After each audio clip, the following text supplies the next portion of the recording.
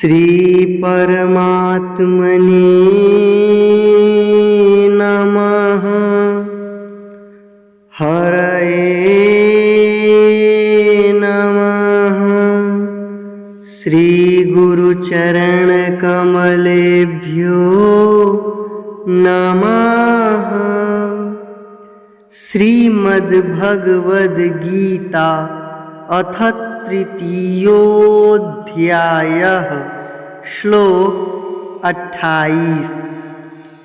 तत्त्ववित्तु महाबाहो गुणकर्म विभागयोः गुणागुणेषु वर्तन्त इति मत्वा न सज्जते।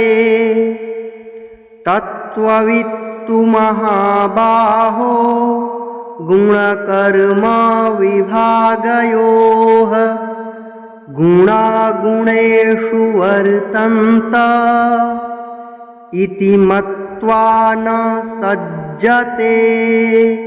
इति मत्वा न सज्जते।